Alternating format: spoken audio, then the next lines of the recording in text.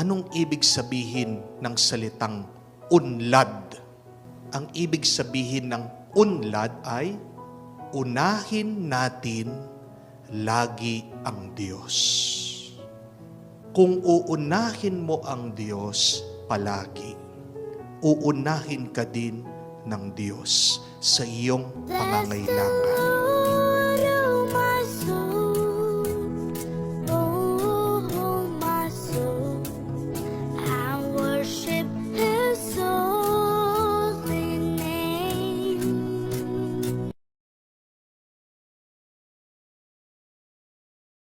Anong ibig sabihin ng salitang unlad?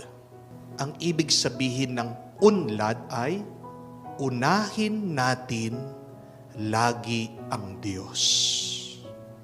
Kung uunahin mo ang Diyos palagi, uunahin ka din ng Diyos sa iyong pangangailangan.